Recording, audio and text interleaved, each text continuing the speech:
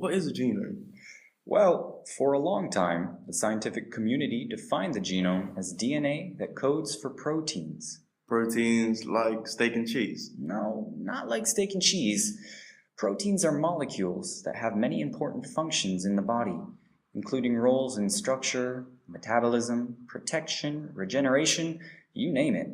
So my genome codes for proteins then? Well, not exactly. At a basic level, a genome is like a piece of music. At some point, each cell has one, and it's made up of nucleic acids like DNA or RNA, which are like the musical notes. But you need more than notes to make a song, just as you need more than nucleic acids to make a cell work. The whole genome of an organism can even be the combination of several different ones, like how humans have nuclear DNA, mitochondrial DNA, and even the gut microbiome. The interactions between all of these genomes thus contribute to different phenotypes and heritable features. So genomes are actually way more complex than initially anticipated. Yeah, that's a lot to figure out. How's it all done? Well, with the arduous efforts of consortiums like the Human Genome Project and advances in technologies. Scientists have, for instance, discovered many additional regions of our nuclear DNA that have functions beyond making proteins. From these regions, they've learned that the vast majority of this genome doesn't even code for proteins. This led to the discovery of a whole host of other important DNA sequences, including introns, repetitive sequences, transposons, and functional RNA coding regions. So if these regions don't make proteins, what do they do? Well, introns are nucleotide sequences that are removed during mRNA processing. And some genes can actually code for several different proteins thanks to alternative splicing, in which introns play a critical role. Repetitive sequences are patterns of DNA that are copied multiple times throughout the genome. They play important roles too, and one repetitive sequence forms the telomeres, which are responsible for protecting your DNA from degradation and slowing aging. Transposons are DNA sequences that can jump around and change their position in the genome, and can even jump into genes or gene regulatory sequences and disrupt gene expression.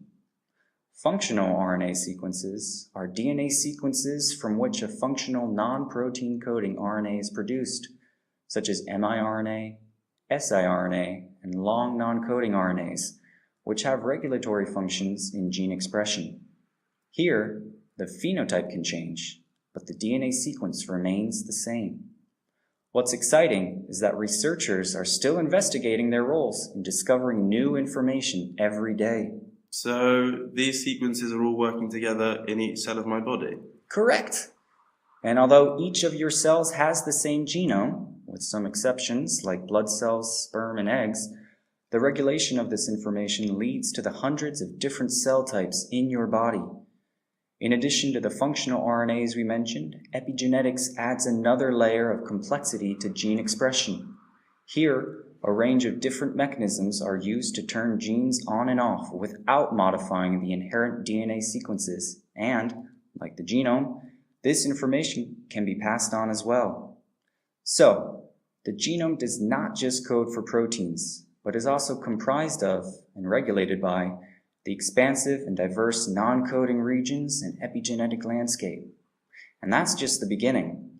Commensal microorganisms that reside, for example, in your gut, on your skin, and in a whole host of other places, help coordinate many biological processes.